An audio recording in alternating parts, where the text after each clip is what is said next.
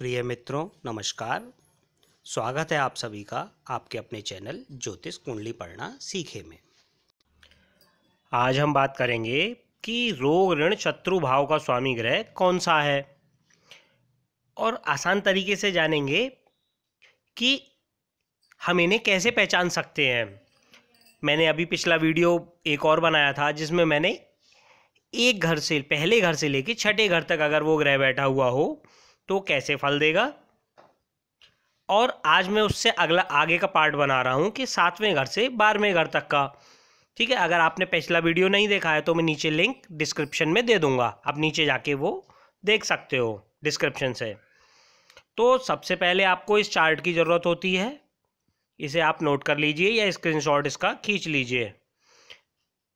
क्योंकि ये नंबर आपकी कुंडली में पड़े होते हैं और नंबर भी नहीं पड़ आपकी कुंडली में पड़े हुए या आपको नहीं पता कैसे डाले जाते हैं।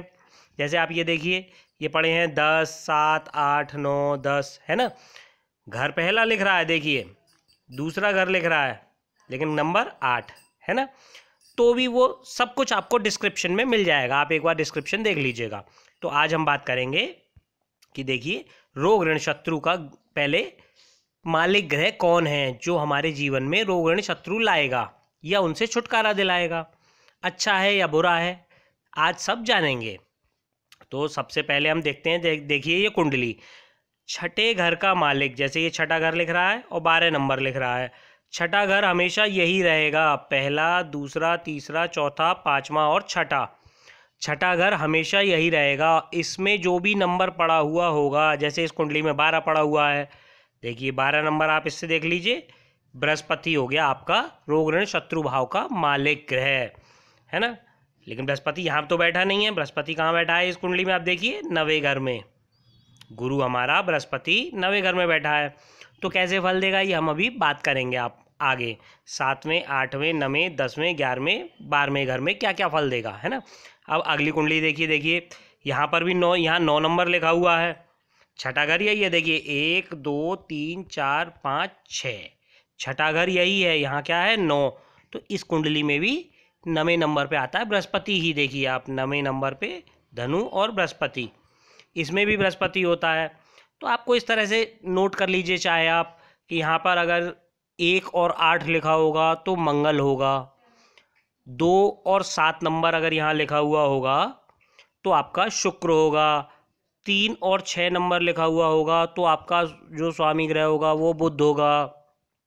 है ना। 4 नंबर लिखा हुआ होगा तो चंद्र होगा, 5 नंबर अगर यहाँ लिखा हुआ होगा तो सूर्य होगा,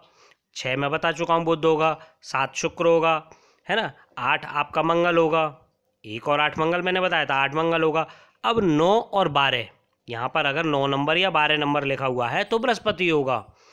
और 10 और 11 नंबर अगर यहाँ लिखा हुआ हो, 10 लिखा हुआ हो या 11 नंबर लिखा हुआ हो तो आपका स्वामी शनि होगा, यानी आपका रोग ऋण शत्रु भाव का स्वामी शनि होगा। ठीक है, अब इस कुंडली में क्या है, 12 नंबर लिखा हुआ है, तो जैसे मैंने बताया था 9 और 12 नंबर अगर लिखा हुआ हो तो बृहस्पति होता है ना। अब मैं पिछले वीडियो में बता चुका हूँ कि पहले घर में अगर बृहस्पति बैठा होता इस कुंडली में, जैसे बैठा तो 9वें घर में है, लेकिन अगर ये पहले घर में होता तो क्या होता, इस तरीके से मैंने पहले, दूसरे, तीसरे, चौथे, 5वें, छठे घर तक पिछले वीडियो में बता दिया है। नहीं देखा हो तो फिर से वही नीचे डिस्क्रिप्शन में जाइए, आपको लिंक मिल जाएगा।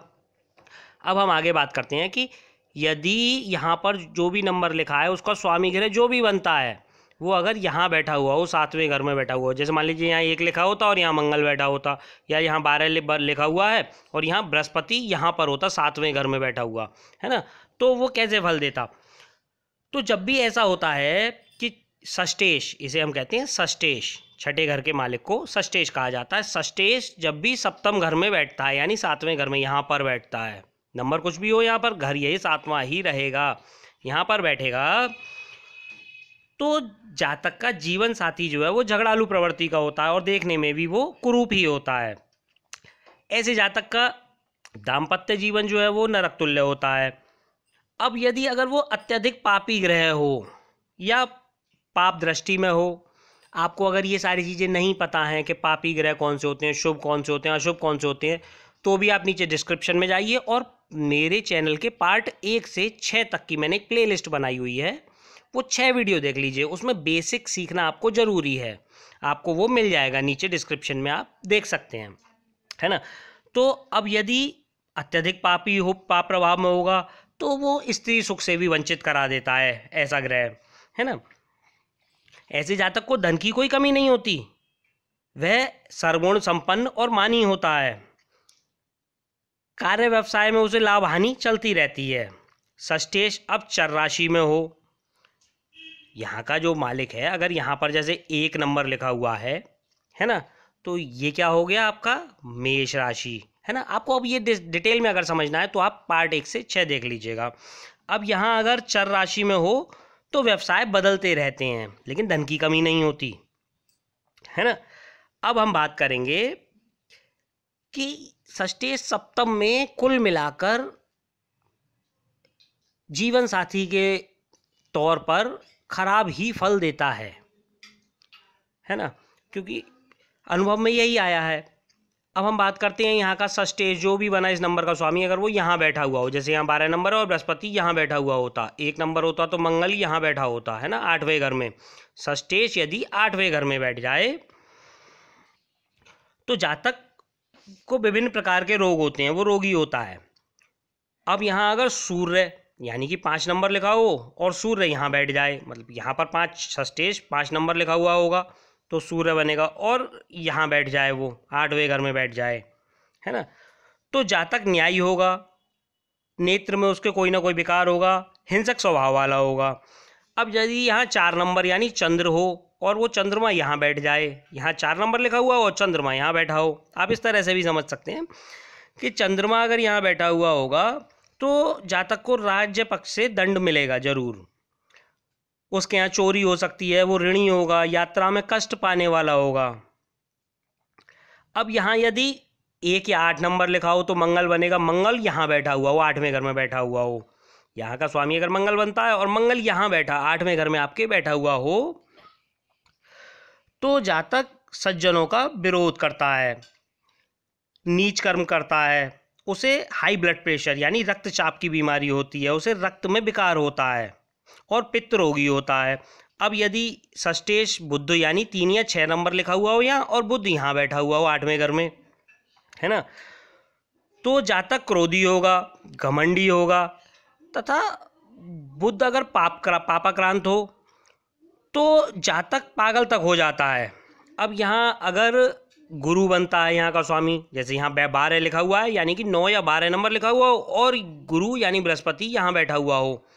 बृहस्पति बैठा जो है आपके 8वें घर में हो और स्वामी यहाँ का हो, ठीक है, तो जातक मामा से बैर रखता है, बच्चों का सुख कम मिलता है उसे, मति भ्रम से पीड़ित होता है यानी मानसिक विकार होता है उसमें। अब यहाँ यदि अगर शुक्र हो जाए यानी 2 या 7 नंबर लिखा हो और शुक्र यहाँ बैठा हो, है ना, तो जातक को स्त्री संग से देह हानि होती है और तरह तरह के रोग उसे रहते हैं। अब यदि शनि हो जाए यानी कि 10 या 11 नंबर यहाँ लिखा हुआ हो और यहाँ पर शनि बैठा हुआ हो 8वें घर में, है ना, तो जातक को वात पित्त के रोग से कष्ट पूरी जीवन भर रहता है। अब हम बात करेंगे यहाँ का स्वामी षष्ठेश अगर यहाँ 9वें घर में बैठ जाए, जो भी ग्रह बनता है आपका 1 से लेके 12 नंबर तक जो भी बन रहा है वो अगर यहाँ बैठ जाए, 9वें भाव में बैठ जाए, तो जातक के कार्य व्यवसाय में उतार चढ़ाव बने रहते हैं, यानी कि कभी तो उसे लाभ होगा और कभी हानि होगी, उतार चढ़ाव आते ही रहेंगे। ऐसा जातक लकड़ी और पत्थर को बेचने वाला होता है। यदि अशुभ ग्रह षष्ठेश होकर भाग्य भाव में हो, यानी कि अगर यहाँ कोई अशुभ ग्रह हो और यहाँ भाग्य भाव में बैठा हुआ हो तो वो अपने जो सगे संबंधी होते हैं उनसे बैर करने वाला होता है, उसके पैरों में रोग होता है ना, और क्रूर स्वभाव का होता है, ब्राह्मणों की निंदा करने वाला होता है, शास्त्रों पुराणों को ना मानने वाला होता है ना। और यदि षष्ठेश शुभ प्रभाव में हो, शुभ ग्रह हो, तो जातक निरोगी होता है, धर्मात्मा होता है, सच्चे मित्रों से युक्त होता है और सम्माननीय व्यक्ति होता है। अब हम बात करेंगे कि यदि षष्ठेश जो भी ग्रह आपका बनता है 1 से लेके 12 नंबर जो भी पड़ा हुआ हो, जैसे एक है तो मंगल, और वो यहाँ बैठा हुआ हो 10वें घर में, ये देखिए आप 10वां घर, षष्ठेश यानी छठे घर का मालिक 10वें घर में यहाँ बैठा हुआ हो, तो जातक अपनी माता से बैर रखता है। ऐसा जातक पिता की संपत्ति का नाश करने वाला होता है, पिता द्वारा अपमानित होता है, दुष्ट बुद्धि होता है, परदेश वास करता है और उसे परदेश में ही सुख की अनुभूति होती है। यदि षष्ठेश शुभ ग्रह हो तो जातक पिता से स्नेह करने वाला होता है, समय पड़ने पर वो पिता की सेवा भी करता है, माता से भी वो लाभ जो है प्राप्त करता है, निरोगी रहने वाला होता है, उसे रोग प्रायः होते ही नहीं है, होते भी हैं तो हल्के फुल्के होके ख़त्म हो जाते हैं। अगर यहाँ छठे का मालिक 10वें घर में बैठा हुआ हो, जो भी ग्रह बनता है ना, और वो अपने वंश में श्रेष्ठ कहा जाता है, धन धान्य से भी वह पूर्ण रहता है। अब यदि छठे घर का मालिक आय भाव में यानी 11वें घर में, ये हमारा आय का घर है, यहाँ पर बैठा हुआ हो, नंबर यहाँ जो भी पड़ा हुआ है, जैसे 12 पड़ा हुआ है तो मैंने बताया बृहस्पति, और बैठा कहाँ हो, यहाँ पर बृहस्पति अगर यहाँ बैठा हुआ होता, 1 होता तो मंगल यहाँ बैठा होता है ना, तो यहाँ अगर 11वें घर में बैठा हुआ हो तो जातक सबसे शत्रुवत व्यवहार करता है, शत्रु द्वारा मृत्यु को प्राप्त होता है। अब चतुष्पदों यानी 4 पैर वाली चीज़ों से वो लाभ कमाने वाला होता है, जैसे पुराने ज़माने में गाय भैंस घोड़ा, आज के ज़माने में आप देखो गाड़ियों से, है ना, यानी 4 पैर वाली चीज़ों से उसे लाभ प्राप्त होता है। चोरों द्वारा उसे हानि उठानी पड़ती है, पुत्र सुख से वो रहित होता है, यानी पुत्र सुख उसे प्रायः नहीं मिलता, और तरह तरह के रोग पाने वाला होता है। यदि शुभ ग्रह हो षष्ठेश और आय भाव में यहाँ बैठा हुआ हो, यहाँ का मालिक शुभ हो और यहाँ बैठा हुआ हो, तो जातक को चौपाई के व्यापार से अत्यधिक लाभ अर्जित होता है और जातक निरोगी और अभिमानी होता है। अब हम बात करेंगे कि छठे घर का जो भी मालिक बनता है वो अगर यहाँ 12वें घर में वो ग्रह बैठ जाए, ये 12वां ग्रह होता है व्यय का, यहाँ अगर वो बैठ जाए 12वें घर में, यहाँ पर बैठ जाए, तो जातक सदा रोगी रहने वाला होता है, कार्य व्यवसाय में हानि होने से दरिद्र हो जाता है, विदेशवास में धन हानि होती है, भाग्य को मानने वाला होता है, विद्वानों से द्वेषी होता है, जीवन में हिंसा करने वाला होता है, बुरे कार्य में धन व्यय करने वाला होता है, कामी होता है, पर स्त्रीरत होता है तथा मान सम्मान की चिंता ना करने वाला होता है। यदि शुभ ग्रह हो तो थोड़े से अच्छे फल मिल सकते हैं। प्रिय मित्रों, आज इतना ही, धन्यवाद।